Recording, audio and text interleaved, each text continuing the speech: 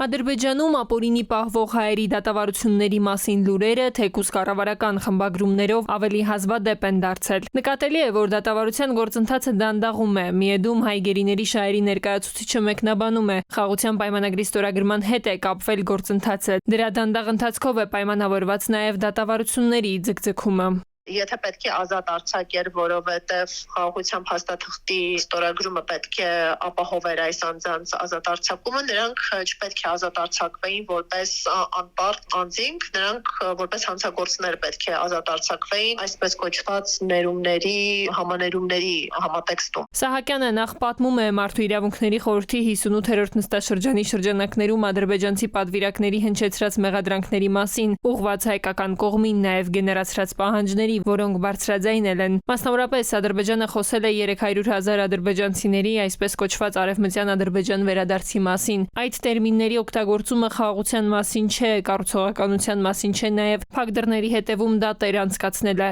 Այստեղ իրավապաշտպանը հիշեցրեց, դիմել են միջազգային կազմակերպությունների, որոնք կարող էին դատավարությունների հետևել, բայց Ադրբեջանի իշխանություններից մերժվել են։ Վերահաստատում ենք այն մասնագիտական տեսակետը, որ Ադրբեջանում ընթացող դատավարությունները գաղտնի են, փակ են եւ ոչ հրապարակային են, ինչը արդար դատաքննության իրավունքի կոպտագույն խախտում է։ Հայ գերիների ցուցմունքների մասին իրական տեղեկություններ ըստ էության չունենք, ձայնային հրապարակումները պարզ չեն լսվում, դրանք թարգմանված են։ Վստահ չենք կարող լինել դրանց իսկության հարցում։ Իդեպ, վերջին հրապարակումներից մեկը Արցախի ազգային ժողովի նախկին նախագահ Դավիթ Իշխանյանի հարցաքննության վերաբերյալ է։ Ըստ պետական ազերթաճ գործակալության Արցախի խորհրդարանի նախկին ղեկավարը, պատասխանելով դատախազի հարցին, թե որն է եղել Ղարաբաղյան առաջին պատերազմի նպատակը, ասել է Ղարաբաղի միացումը Հայաստանին։ Իշխանյանը ասել է նաև, որ ադրբեջանական զինուժի դեմ մղած մարտերում պարգևատրվել է մարտական խաչ շքանշանով։ Թեև պարզից էլ պարզ է, որ ճնշումներ կան, բայց ըստ իրավապաշտպանի կա համապատասխան կամք ու խիզախություն ամբողջովին չտրվելու այդ ճնշումներին։ Բոլոր դեպքերում այդ կարմիր գծերը պահպանված են եւ չնայած մեծ ճնշումների,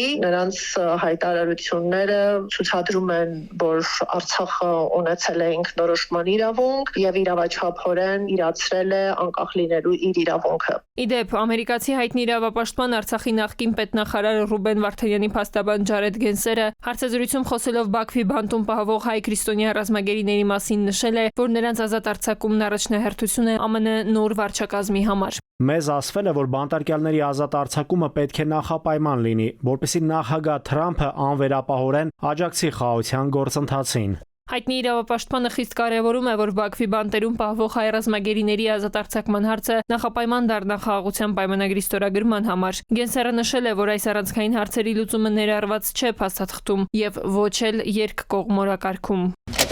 Իդեպ, հայ առաքելական եկեղեցու հետևորդ Ռուբեն Վարդանյանին Բաքվի բանտում արգելել են աստվածաշունչ ունենալ։ Սա ամրապնդում է այն համոզմունքը, որ նա ու մյուսները հետապնդվում են, ոչ թե որ նրանք ենթադրյալ անջատողականներ են, այլ քրիստոնյաներ։ Տիգրանուհի Գուրգինյան, ժամը լրատվական։